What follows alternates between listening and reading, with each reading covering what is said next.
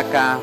Y ahorita vamos a ver un tema que es muy común en México, que es el síndrome cardiorrenal, la enfermedad renal crónica y la diabetes. Y quiero, por favor, si pueden pasar nuestros profesores al estrado, por favor. Voy a dejar, les quiero comentar en manos que nos va a coordinar este simposio al doctor Roberto Arriaga Nava. El doctor Roberto Arriaga Nava, pues él es un médico muy destacado de la cardiología mexicana. Él fue jefe de urgencias muchos años y jefe de división de cardiología y también de terapias intensivas. Tiene mucha experiencia en esos temas. Te voy a dejar, Roberto, aparte somos muy buenos amigos, fuiste mi maestro y muchas gracias por aceptar y te dejo. Adelante, Roberto. Gracias. Hola, muy buenos días. Gracias por la invitación a los coordinadores de este curso que es muy importante para nosotros en el Hospital de Cardiología, y espero que la próxima vez que lo hagamos sea en una playita, ¿no? Por lo menos. El simposio versa en la enfermedad renal crónica y el uso de nuevos fármacos bloqueadores de los receptores de mineralocorticoides como la finerenona en este gran síndrome de insuficiencia renal. Para empezar, quisiera decirles que se ajusten al tiempo porque estamos bastante retrasados en nuestras presentaciones y es algo importante ajustarnos al tiempo. Empezamos con el doctor Luis Antonio Moreno Ruiz, que es cardiólogo por la Universidad Nacional Autónoma de México y el Hospital de Cardiología del Centro Médico Nacional Siglo XXI, doctor en ciencias y adscrito al piso del Hospital de Cardiología Centro Médico Nacional Siglo XXI. Obvieques, ecocardiografista también. Su tema es el impacto de la enfermedad renal crónica en pacientes con diabetes mellitus tipo 2. Luis, te dejo el micrófono.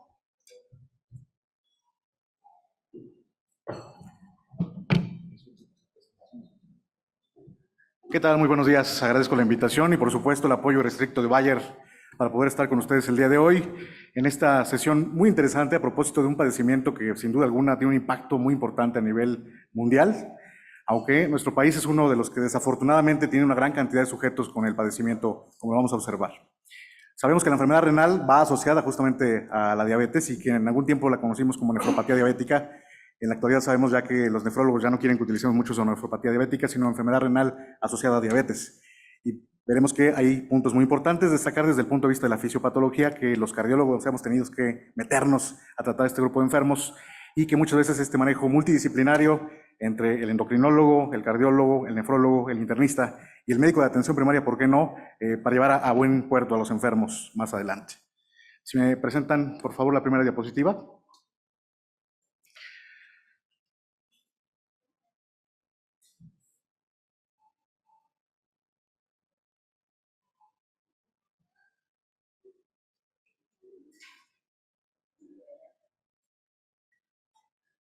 Es importante destacar que los datos que vamos a presentar pues derivan de las últimas encuestas nacionales de salud y que para el 2021 la encuesta nacional de salud, recuerden que tuvo más dirección hacia COVID, pero bueno, dan datos interesantes a partir de los cuales podemos empezar la discusión. Y recordar que México, en el mapa internacional de la diabetes, nos ubican junto con América del Norte con esa gran cantidad de sujetos diabéticos y la proyección para el 2040, vean, es muy desalentadora. Estamos hablando que va a haber cerca de 642 millones de sujetos de entre 20 y 79 años con la enfermedad. Vean la prevalencia en el comportamiento de acuerdo a la Salud, como decíamos, del 2012 para el 2018 hubo un incremento en prevalencia, para el 2021 más o menos de 10.2%, y que la enfermedad renal, dependiendo de cómo la busquemos, y este es un punto importante a destacar, que los cardiólogos habitualmente no la buscamos de manera intencionada, y lo voy a demostrar por qué, vamos a tener prevalencias que van desde el 9 hasta el 34%, dependiendo si estimamos filtrado glomerular o hacemos una determinación de proteinuria. En esta misma encuesta del 2021 se saca la prevalencia de enfermedad renal crónica en México, como vemos que en el total de los sujetos, cerca del 14%, un poco más prevalente en las mujeres, y que por supuesto es una causa importante de morbimortalidad, no solamente en nuestro país, sino en el mundo. Vean ustedes el número de sujetos afectados, 537 millones para este corte del 2022, más de 483 millones son diabéticos tipo 2, es la carga realmente que estamos enfrentando en la actualidad. La proporción de muertes que ocurren en cada uno de los países, nuevamente vean ustedes la zona en color verde, donde nos ubican en América del Norte, 18% se deben justamente a la diabetes. ¿De qué muere entonces el enfermo con diabetes? De lo que ustedes conocen como la principal causa de muerte en México y en el mundo, que son las enfermedades cardiovasculares, como podemos observar ahí, tanto en hombres como en mujeres. ¿De qué muere el sujeto con enfermedad renal que está asociada a diabetes? Por supuesto, de padecimientos cardiovasculares. Y vean cómo se observa un gradiente biológico conforme vamos subiendo en cuanto al estadio, desde el estadio 1, 2 hasta el estadio 5, ya con tratamiento sustitutivo de la función renal. Las barras en color azul muestran cómo este porcentaje de muerte por causa cardiovascular es cada vez mayor. Por eso es que la guía europea marca que el sujeto diabético es un sujeto de alto riesgo o muy alto riesgo. Yo diría aquí, realmente en consultorios y en hospital no vemos prácticamente ningún sujeto de riesgo moderado. Todos los enfermos que vemos son sujetos de alto riesgo o muy alto riesgo cardiovascular. Y por supuesto, no solamente el corazón va a tener estos desenlaces, sino que si ubicamos la fisiopatología de lo que ocurre en el sujeto con diabetes y enfermedad renal, pues vean cómo este fenómeno inflamatorio va a llevar finalmente al depósito de fibras de colágena y que es lo que va a sustituir el tejido funcional tanto en el corazón como en el riñón.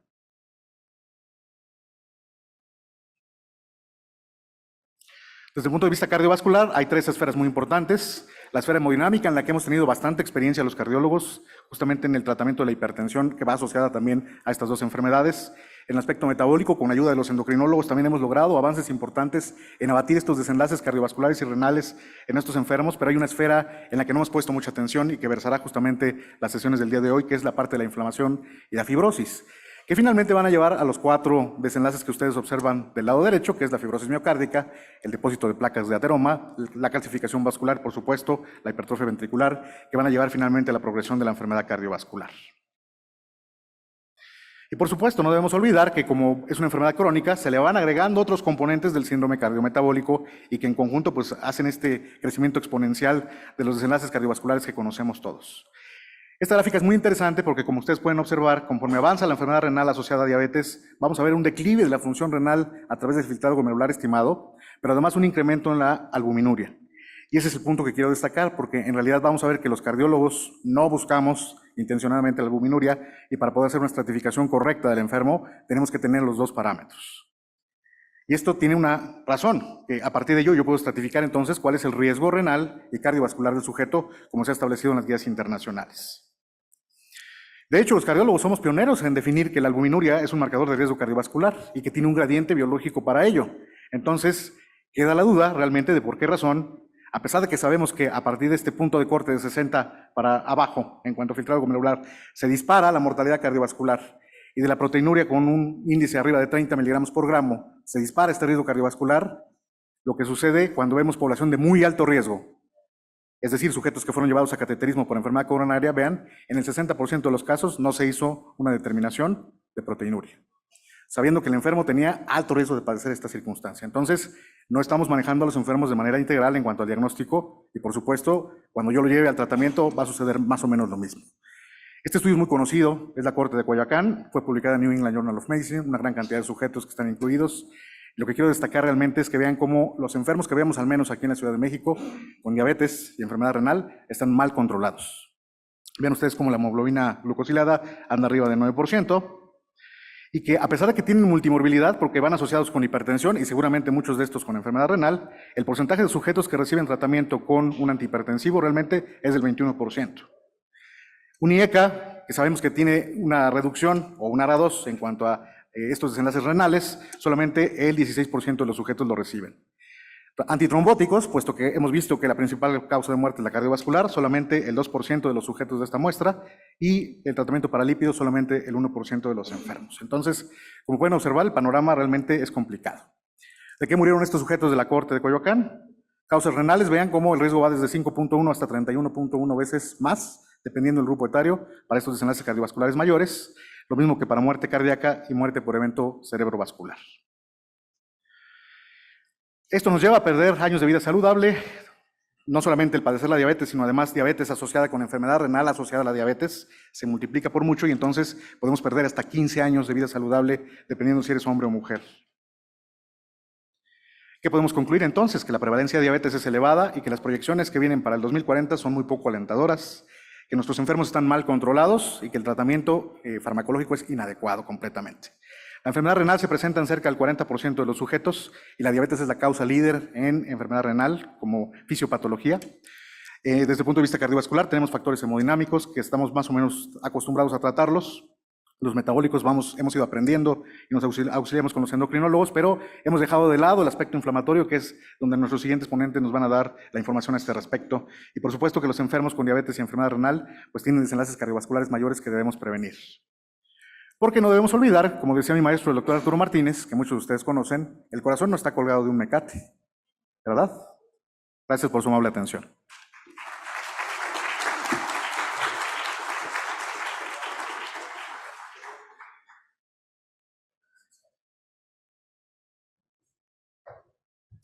Gracias, Luis, por tu excelente participación y gracias por ajustarte al tiempo, incluso dejaste algunos minutos para la discusión al final.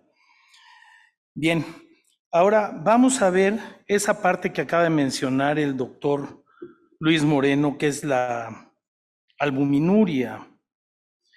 Y para este tema, ¿sí?, llamado albuminuria como marcador pronóstico y de riesgo cardiovascular en la progresión de enfermedad renal crónica, tenemos conectado en línea al doctor Carlos Ramírez Sandoval. El doctor Carlos Ramírez Sandoval es médico nefrólogo, doctor en ciencias médicas, adscrito al Departamento de Nefrología y Metabolismo del Instituto Nacional de Ciencias Médicas de la Nutrición. Doctor Ramírez, lo dejo en línea. Hola, doctora Arriaga, buenos días en la Ciudad de México, buenas noches desde Milán, en el Congreso Europeo de Nefrología. Los saludo y agradezco mucho la invitación y la oportunidad para poder participar con ustedes. Espero que todos me estén escuchando bien. Y me gustaría ahorita retomar las palabras que comentó el doctor Luis Antonio Moreno.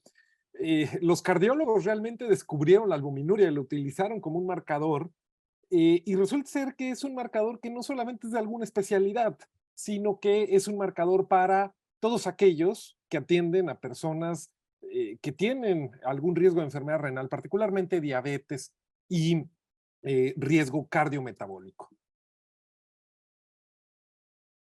Sabemos que las tres principales causas de muerte en México están vinculadas a cardiopatía isquémica y a diabetes, pero hay una que se encuentra escondida en la mayoría de las estadísticas generales, que es la enfermedad renal crónica, intrínsecamente vinculada a estas dos patologías. De hecho, varios de los certificados de muerte no incluyen el diagnóstico de enfermedad renal crónica, pero sabemos que en análisis actuales la enfermedad renal crónica ocupa el tercer lugar de mortalidad y su aumento ha escalado al mismo ritmo que la cardiopatía isquémica y que la diabetes.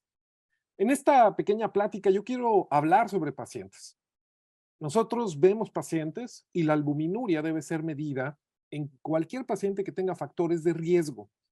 Pongamos este caso de una señora de 66 años que tiene diabetes mellitus desde hace 5 años y tiene enfermedad renal crónica detectada apenas hace 2 años por sus médicos tratantes.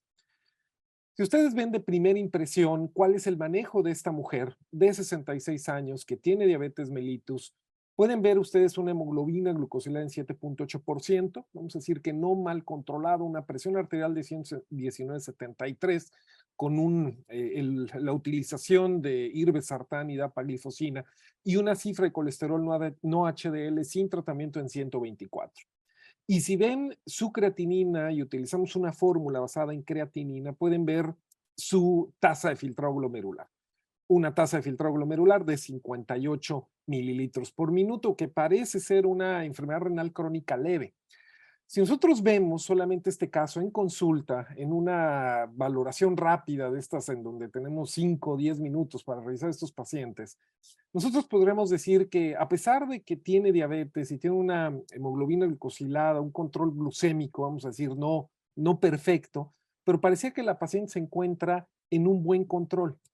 Y de hecho, si uno sacara estas estimaciones de riesgo cardiovascular, por ejemplo, traigo 2 ejemplos aquí. El primero, la estimación de riesgo europea, basada en estos algoritmos de cuadros o ya de forma simplificada las últimas guías sobre riesgo cardiovascular, podríamos ver pues, que es una paciente que tiene una diabetes mellitus de menos de 10 años de evolución, sin algún factor de riesgo agregado fuera de la enfermedad renal, y a veces pudiera quedar la duda sobre si estos pacientes tienen algún riesgo agregado por el problema renal.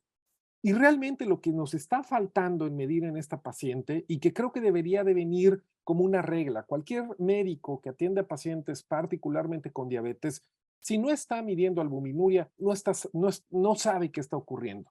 Porque en esta paciente, cuando se mide un índice de microalbuminuria por creatinina en una muestra aislada de orina matutina, se encuentra que tiene 702 miligramos sobre gramo. ¿Qué significa este hallazgo?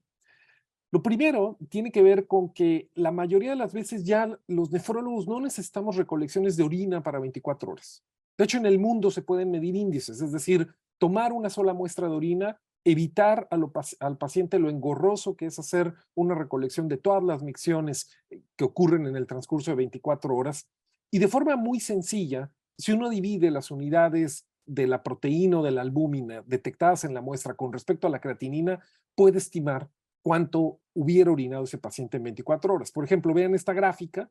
Si un paciente tiene 1 gramo sobre gramo en un índice matutino, eso quiere decir que si el paciente hubiera juntado orina en 24 horas, ese índice sería de 1 gramo al día. Por ejemplo, si el paciente tiene 10 gramos sobre gramo de proteína sobre creatinina, quiere decir que si hubiera juntado la orina en 24 horas, ese paciente hubiera orinado 10 gramos.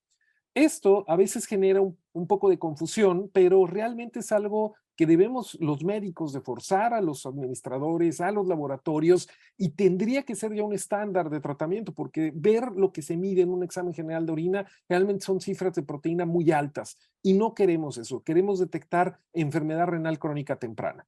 Por ejemplo, vean el caso de un caso particular. Tengo una paciente que orinó solo 600 mililitros, no pudo orinar una recolección de 24 horas, pero pide un índice, otra forma de hacer el índice. Y los resultados del índice son los que ven en la diapositiva, con creatinuria de 20 miligramos sobre decilitro, proteinuria de 20 y albuminuria de 16. Básicamente lo divido y si están en las mismas unidades, esas unidades equivalen a 1 gramo sobre gramo. O sea, si esa persona hubiera juntado la orina de 24 horas con esas concentraciones de proteína o de creatinina o de albuminuria y creatinuria, sus mediciones serían de 1 gramo en 24 horas. Si uno lo quiere convertir a las unidades que conocemos, pues habría que agregarle los 3 ceros. 1000 miligramos de albuminuria, por ejemplo, en este caso en particular, que es 16 sobre 20, 0.8 gramos sobre gramo, es decir, 800 miligramos sobre gramo. Ahora, ¿qué significan 800 miligramos o 30 miligramos? Realmente en nefrología, cuando queremos ver cómo está el daño renal, generalmente usamos 3 situaciones especiales. Uno es medir la tasa de filtrado glomerular, y para eso podemos utilizar creatinina, cistatina es un mejor marcador, meterlo en una calculadora y obtener el promedio de la tasa de filtrado. El segundo es la albuminuria y el tercero es la trayectoria de enfermedad renal. Y esto es clave para diferenciar el riesgo tanto de la enfermedad renal como también el riesgo cardiovascular. Pongamos estos 2 ejemplos. Hombres de 65 años tienen una creatinina sérica de 1.9, tienen enfermedad renal crónica, pero uno de los casos tiene un índice de albúmina creatinina de 17. El otro tiene un índice de albúmina creatinina de 1500 miligramos sobre gramo. Misma tasa de filtrado de 25. Ambos casos estarían en una enfermedad renal crónica grado 4, pero son radicalmente diferentes. ¿Por qué? Porque el paciente que no tiene albuminuria, que la tiene menos de 30 miligramos, literalmente no tiene un incendio en los riñones. Cuando ustedes vean a algún paciente que tiene riesgo cardiometabólico, que tiene diabetes mellitus y que quieren saber su riesgo cardiovascular renal, siempre vean la albuminuria, porque la albuminuria es lo que te habla si hay un incendio activo. Por ejemplo, el caso que yo presenté, su tasa de funcionamiento renal era 25%. Vean la foto, está la casa quemada, perdió el 25% de su función renal, pero no tiene albuminuria. Es probable que este paciente, si lo seguimos por muchos años y hacemos la protección adecuada, no tendría por qué evolucionar la función renal. En cambio, por ejemplo, vean el otro ejemplo, alguien que tenga una tasa de filtrado de 42%, la casa se ha quemado más del 50%, ya solo me queda 42% de la casa, pero tengo un incendio activo. Entonces, la única manera de detectar estos incendios y tratar de apagarlos es midiendo la cantidad de proteína y particularmente albúmina en la orina. Este es el mapa de calor. Ahorita que estamos aquí en el Congreso Europeo, en unos días más se va a publicar las nuevas guías. La tasa se ha complicado un poco porque ahora se ha agregado la proteinuria, la albuminuria mayor a 1000 miligramos como otro rango. Pero básicamente el mapa de calor lo que te dice es, si estás viendo a pacientes que tienen diabetes mellitus, que tienen riesgo cardiovascular, instantáneamente tienen riesgo renal y tienes que tratar de ver dónde está su mapa de calor. Como tasa de filtrado glomerular y cantidad de albuminuria y por índice. Y esto ya está establecido en las guías, establecido en las recomendaciones. No se necesitan recolecciones de 24 horas, sino estar haciendo índices urinarios en estas muestras de orinas aisladas para detectar el riesgo. Ustedes pueden ver que un índice de albuminuria que inicia arriba de 30 generalmente dispara en mi mapa de calor este riesgo alto de enfermedad renal crónica.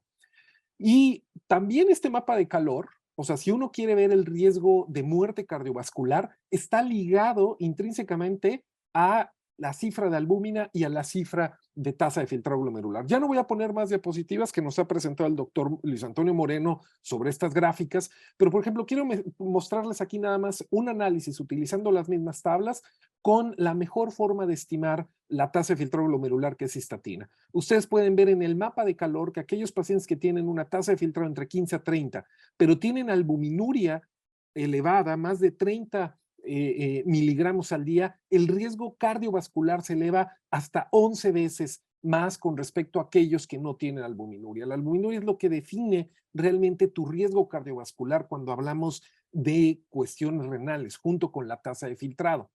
De hecho, algunas propuestas actuales sugieren que para hacer estas calculadoras de riesgo vascular tendríamos que tener esta medición de albuminuria, tratar de seleccionar a aquellos pacientes que están arriba de 30 miligramos sobre gramo y recalibrar todos los cálculos que se hacen habitualmente de riesgo cardiovascular en los pacientes. Por ejemplo, es una calculadora que está en eMedicine. Uno puede bajar la aplicación y a veces un paciente que pudiera tener un riesgo cardiovascular de 4.3% que pareciera bajo, con la presencia de albuminuria o proteinuria, este riesgo cardiovascular se puede incrementar hasta el doble, como pueden ver en este ejemplo de la diapositiva. Siempre que hablamos de albuminuria, uno tiene esta concepción de que está relacionado a la enfermedad renal asociada a diabetes. Y el punto aquí es que cuando medimos tasas de filtrado glomerular, es decir, cuando vemos creatininas, vean ustedes que la elevación de la creatinina ocurre ya después de varios años de la diabetes, como ven en la línea roja. Y desde ese punto, en estos puntos hay pocas intervenciones terapéuticas que puedan retrasar o revertir la falla renal. En cambio, la albuminuria es de los marcadores más tempranos, a partir del 5º año en los pacientes con diabetes mellitus tipo 1 o a partir del primer año de diagnóstico. En todo paciente con diabetes mellitus tipo 2 debe de realizarse esta detección porque es el marcador temprano y es donde están ahorita principalmente la zona. Entonces, realmente el acabar con la enfermedad renal crónica depende de todos los médicos, no es una cuestión de subespecialidades, sino de todo aquel paciente que está siendo revisado, se tiene que ver esta cantidad de albuminuria y con eso tratar de predecir quién está en mayor riesgo de tener complicaciones cardiorrenales. Esta etapa o etapa incipiente que nos mostraban en la Escuela de Medicina, hay que tratar de llevarla al consultorio. ¿Qué significa todas estas etapas que nosotros vemos? Y tenemos que ubicar que cuando alguien orina albúmina, realmente estamos midiendo dos grandes eventos. Ustedes pueden ver del lado izquierdo, estoy a nivel del glomérulo y estoy en la barrera de filtración glomerular. De un lado, donde ven ustedes los iconos en verde, son los podocitos, es decir, estas células que están cubriendo los vasos que entran al riñón, y estoy viendo el tejido endotelial. Ustedes saben que la albúmina por tamaño debería ser filtrada. Tradicionalmente se ha asumido que no puede pasar la barrera de filtrado glomerular por la carga, la cual es negativa. Entonces aquí en la caricatura donde estoy poniendo mi marcador, ustedes pueden ver que la albúmina no pudiera pasar, el hueco es muy grande entre el endotelio fenestrado. Existe esta cuestión de carga, pero cuando aparece albúmina en la orina de un paciente que tiene diabetes, lo que están pasando son varios eventos. Puede ser que el paciente esté hipertenso, puede ser que tenga daño inflamatorio a nivel endotelial y entonces se afecte el glucocálix y se empieza a filtrar albúmina, o puede ser que ya haya un daño literal en el podocito o en la membrana basal glomerular donde estoy colocando la flecha y donde están estos procesos que son los pedicelos del podocito, se están fusionando y están cambiando. Entonces, cuando yo estoy midiendo albuminuria, no solamente estoy viendo la estructura renal, sino también los cambios que están ocurriendo en el endotelio, así como los cambios hemodinámicos en un paciente. Entonces, estos cambios están intrínsecamente vinculados a lo que pasa a nivel del vaso sanguíneo.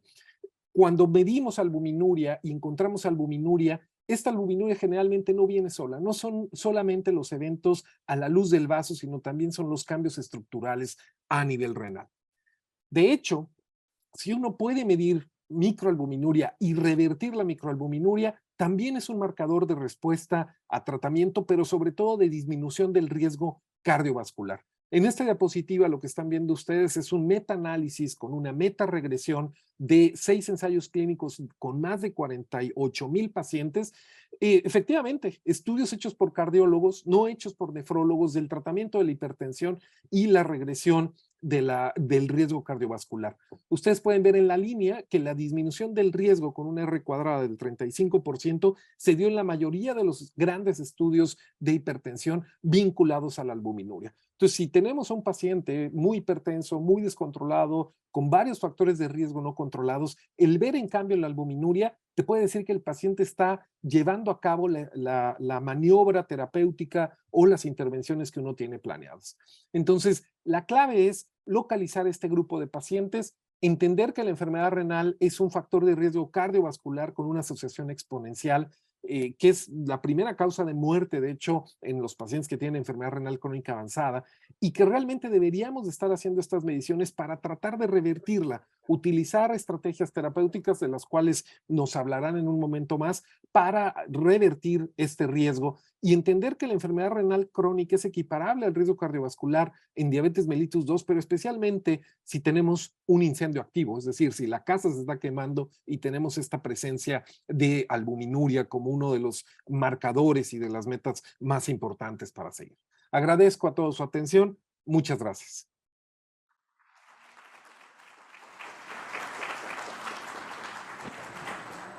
Gracias, doctor Ramírez, por su extraordinaria plática de algo que los cardiólogos a veces sabemos muy poquito.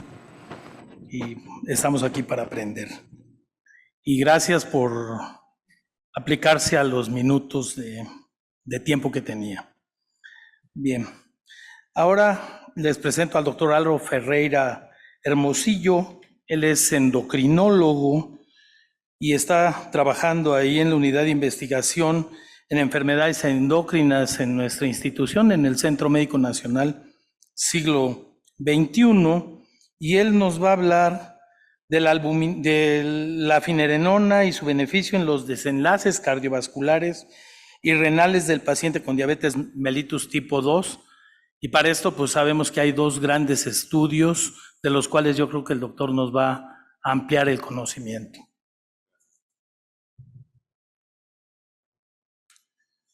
Bueno, buenos días y muchas gracias por la invitación.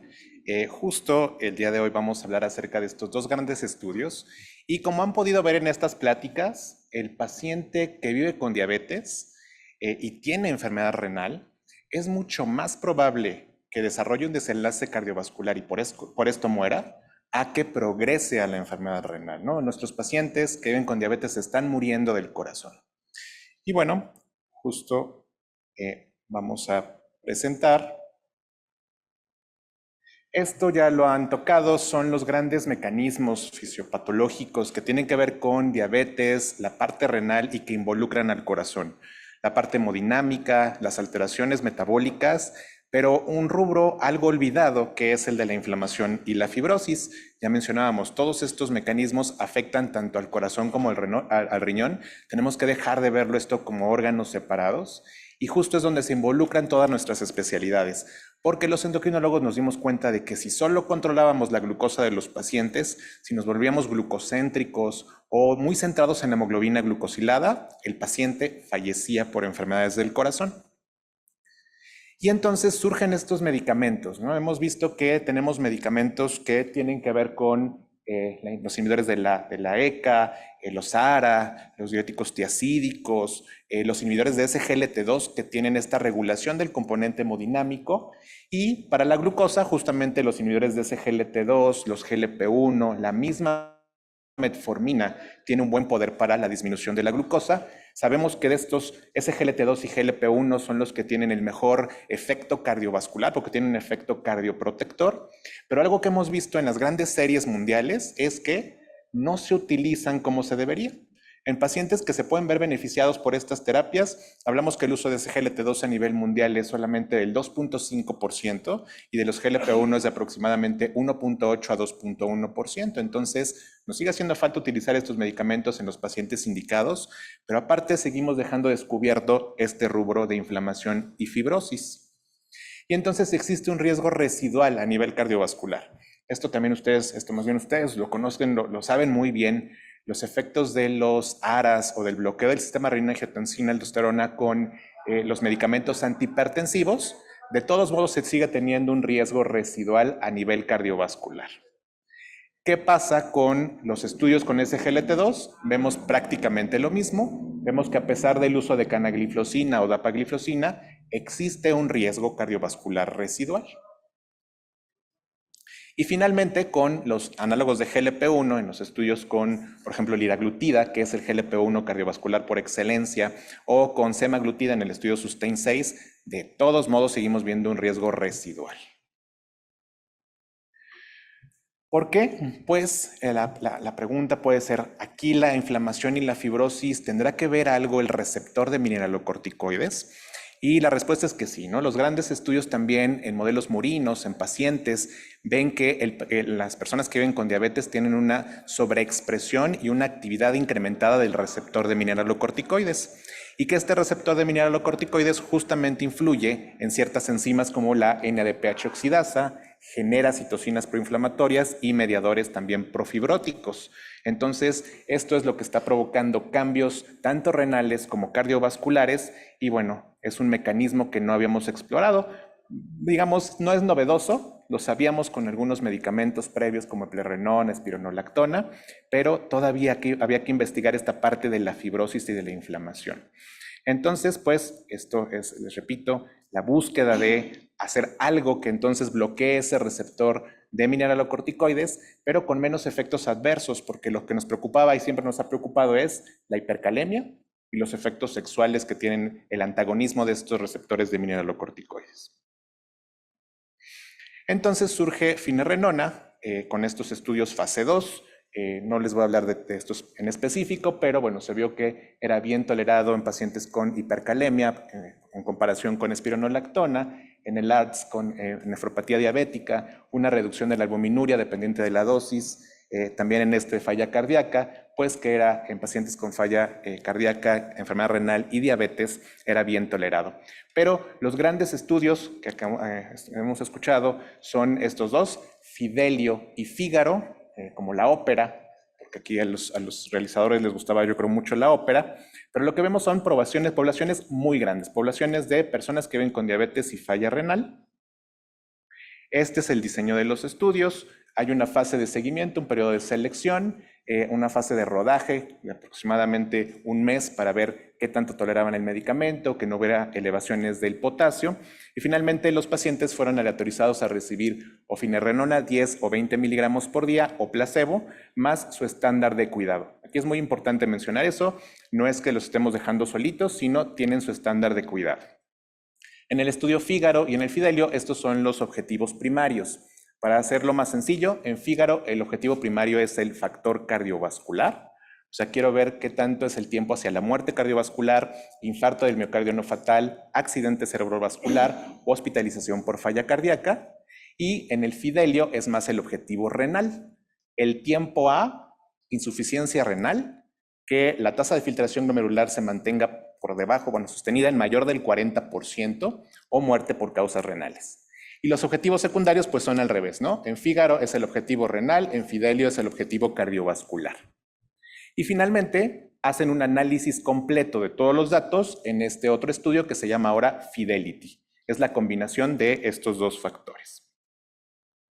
Y bueno, decirles que, por ejemplo, en Fígaro, digo, aquí no se ve muy bien, pero la población elegida es una población, por ejemplo, con una relación albúmina-creatinina entre 30 y 300 y tasa de filtración entre 25 y 90, o bien más de 300 hasta 5000 y una tasa de filtración glomerular mayor de 60. Hablando de Fidelio, vemos prácticamente lo mismo, un poquito más claro en cuanto a la causa renal. Entonces, la relación albúmina-creatinina entre 30 y 300 con tasa de filtración de 25 a 60, es decir, un poco más baja la tasa de filtración, y antecedentes de retinopatía diabética. Mientras que otro grupo, integrado aquí, definido como la falla renal, es la relación albúmina-creatinina entre 300 y 5000 y la tasa de filtración entre 25 a 75. ¿Qué les parece? O sea, es una población difícil, es una población que ya tiene una tasa de filtración bastante afectada, es una población que tiene factores de riesgo cardiovascular. Por supuesto, pues Fidelity es la combinación de todo esto, y entonces decirles que en estas poblaciones son pacientes de aproximadamente 60 años, la mayor parte son hombres. Vemos que son pacientes que tienen hemoglobinas glucosiladas de aproximadamente el 7.5%, o sea, no es un grado de descontrol tan alto. Tienen la presión arterial sistólica y diastólica controlada, con una duración de la diabetes de más de 10 años, hasta 15 años. Y la tasa de filtración en ambos casos vemos que es en Fígaro, que era el objetivo cardiovascular, pues de 67, en Fidelio, que era el objetivo renal, más abajo, en 44, pero vean también las relaciones albúmina-creatinina. En Fígaro de 308 y en Fidelio de 852. Nuevamente, entonces, pacientes complicados. Acabamos de escuchar esta plática de la albuminuria, en donde es un factor muy importante. Y de las enfermedades cardiovasculares, pues con antecedentes cardiovasculares hasta en el 45% en ambos estudios y con falla cardíaca en aproximadamente el 8% en ambos estudios. De los medicamentos, más del 90% con algún medicamento que bloqueara el sistema renina-angiotensina-aldosterona. Y si se dan cuenta, por el tiempo en el que se hizo los estudios, el uso de los SGLT2 es solamente del 8 y del 4%, y de los GLP-1 es de aproximadamente el 7%. Esto todavía no salían las guías que nos dicen que en estos pacientes tendríamos que tener o GLP-1 o SGLT2, por eso no lo vemos tan representado en estos estudios, pero ya se tenía. Esto es en la fase inicial, pero cuando se fueron desarrollando los estudios, se agregaron más pacientes que tuvieron SGLT2 o GLP-1, aproximadamente se agregaron un 15 a 20% más de lo que están viendo en pantalla. Entonces, dividí esto en dos partes, los eventos cardiovasculares y hablando, decíamos, del tiempo hasta este objetivo primario en el estudio Fígaro, vemos que el HR es de 0.87, es decir, estamos hablando de una disminución del 13% del desarrollo de estos eventos cardiovasculares, con un número necesario a tratar de 47. Vemos también que desde los primeros meses, desde los primeros 6 meses, las líneas se separan, demostrando entonces que desde entonces es una protección cardiovascular. Hablando de cada uno de los rubros que integró este compuesto, esta variable compuesta, no hay una diferencia estadísticamente significativa, excepto para hospitalización por falla cardíaca. Estamos viendo que ahí sí tiene una utilidad, baja hasta el 30% el riesgo de hospitalización por falla cardíaca. ¿Y qué pasa entonces cuando vamos haciendo los estudios post-hoc, ¿no? Tengo mucha información, entonces puedo analizar si una variable está influyendo en el resultado que yo estoy viendo de este compuesto cardiovascular. Entonces vemos que independientemente de la tasa de filtración glomerular, independientemente de la relación albúmina-creatinina, el efecto cardiovascular se preservó. Aquí acuérdense, en estos forest plot lo que queremos ver es que no haya una diferencia, o sea que la P no sea estadísticamente significativa, Y también esto lo vimos independientemente de el antecedente de enfermedad cardiovascular. También esto es independientemente de la presión arterial sistólica basal, del índice de masa corporal o de la hemoglobina glucosilada basal. También independientemente del uso o no de SGLT2 o de los análogos de GLP-1. Ahora, en el otro estudio, en donde es el estudio renal, como un objetivo secundario, la variable es la misma, vemos prácticamente lo mismo, ¿no? Estamos hablando de una reducción del 14% del desarrollo del componente cardiovascular en el estudio Fidelio, con un número necesario a tratar también muy similar, de 42 pacientes. Y igual, vemos que no hay una diferencia en este caso, en este estudio, en los componentes individuales. Fue como una variable, como el MACE, pero no de los componentes individuales. Pero en este estudio vemos que esta variable, o sea, el efecto cardiovascular, fue independientemente del antecedente o no de tener una enfermedad cardiovascular previa, independiente de haber tenido falla cardíaca. Y algo muy interesante en este estudio fue que por esta protección que hace sobre la fibrosis, sobre la inflamación, se vio este resultado, una reducción en la incidencia de FA, de reciente aparición. Estamos hablando de hasta un 30% de reducción en la aparición de FA al utilizar finerenona. Y combinando todo en el estudio Fidelity, combinando los datos de Fígaro y de Fidelio, vemos lo mismo, ¿no? Una reducción entonces de este componente cardiovascular del 14%, con un número necesario a tratar total de 46. Y viendo también los resultados, repetimos, no en los componentes individuales, pero sí en el desarrollo de falla cardíaca. Hay una disminución de aproximadamente el 20% de riesgo de desarrollar falla cardíaca al utilizar finerenona. Y entonces vamos a la parte de los eventos renales. Aquí les decía, el estudio Fidelio es el que más nos va a importar. Entonces hablamos de una reducción, el HR de 82 a lo largo del estudio, del 18% de este compuesto renal, ¿no? Del desarrollo de falla renal, con lo que ya habíamos dicho que es la falla renal, disminución de más del 40% de la tasa de filtración glomerular o bien muerte por causas renales.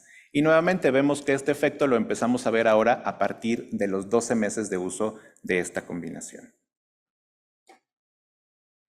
Pero si nos ponemos un poco más, digamos, estrictos en esto, ahora definimos la cuestión renal o el componente renal como qué tanto esos pacientes van a desarrollar una reducción del 57% de este compuesto renal, que equivale a decir pacientes que duplican las cifras de creatinina. Bueno, entonces vemos ahora que esto fue un HR de 0.76, entonces más o menos hablamos de hasta un 30%, un 24% en total de la disminución de este componente renal. Y como pueden ver en pantalla, pues también se ve representado aquí con este forest plot. De los resultados renales ahora en Fígaro, en el estudio cardiovascular. En este caso no se observó una diferencia significativa. El que más llegó a tener, digamos, casi acercarse a la diferencia significativa fue el desarrollo de insuficiencia renal en etapa terminal. Y bueno, en este caso, cuando ahora nos vamos con el componente de duplicación de la creatinina o disminución de más del 57% de la tasa de filtración glomerular de forma sostenida, ahí sí vemos una diferencia. Nuevamente es una diferencia de disminución del 23% en el desarrollo de este objetivo. Y si lo juntamos todo en el estudio Fidelity, vemos también esta reducción del 23%. Les recuerdo, Fidelity es la combinación de Fígaro y de Fidelio. Pero ¿qué pasó con los otros datos? Porque la pregunta es, bueno, ¿y qué tanto esta combinación bajaba más la presión arterial de los pacientes?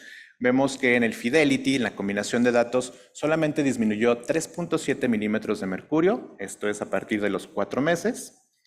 Lo interesante aquí es los efectos secundarios, los efectos sexuales, porque sabemos que en el pasado, con el uso de espironolactona, una de las principales molestias en nuestra población masculina era el desarrollo de ginecomastia. Y lo que vemos ahorita es que con finerenona no tenemos este efecto secundario Y el efecto que sí tenemos, que era esperado, era la hipercalemia. Entonces, vemos que sí hay un aumento en la prevalencia de hipercalemia, de cualquier tipo de hiperpotasemia, pero aquella que llevó a una descontinuación permanente del medicamento fue solamente el 1.7%. Recordemos que estos pacientes de todos modos pueden hacer hipercalemia porque son pacientes con falla renal y con componentes cardiovasculares complejos.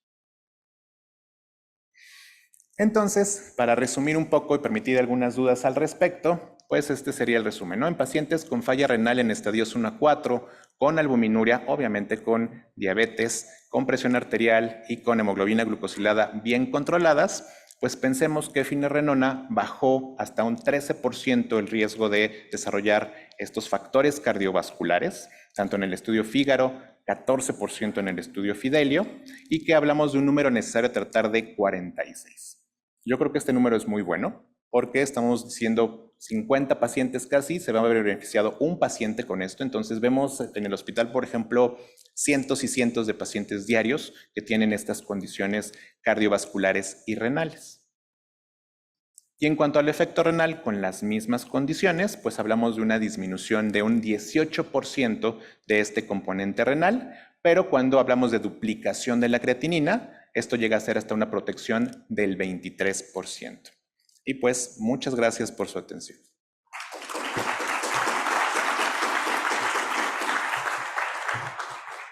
Gracias, doctor Ferreira, por su extraordinaria participación. Creo que nos quedan unos 2 minutos para preguntas y respuestas. Si tienen algún comentario o alguna pregunta. Luis, ¿alguna pregunta para tu compañero endocrinólogo? O viceversa, yo sí tengo algunas preguntas y dudas, pero adelante. Bien, para nuestro amigo el doctor Ramírez, hay un estudio que se llama ARTS-DM, en donde se utiliza la finerenona en diferentes dosis para evaluar qué ha pasado con la albuminuria. ¿Nos pudiera comentar algo referente a la utilidad de este fármaco finerenona en pacientes que tienen albuminuria? Sí, doctor, con mucho gusto. El estudio ARTS son estudios que precedieron. ¿Me escuchan todos bien?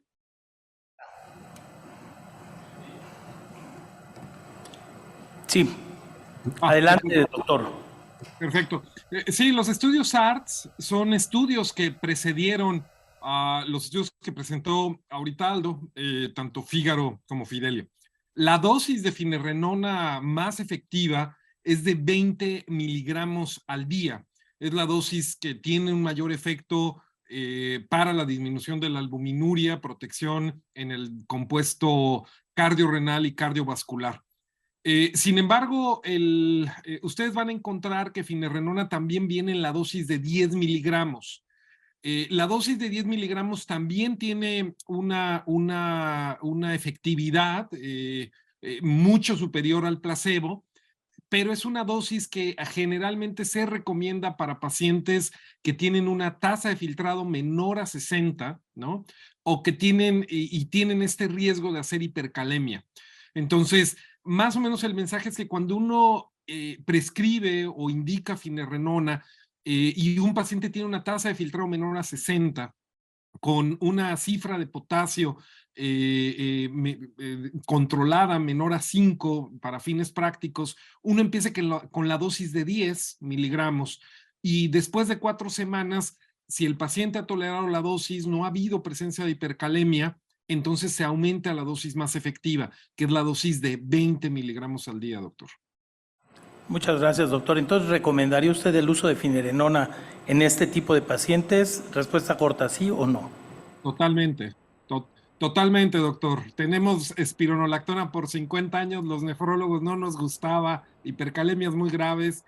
Ya llegó una nueva forma de tratar a estos pacientes con diabetes. Gracias, doctor. Sí, seguro.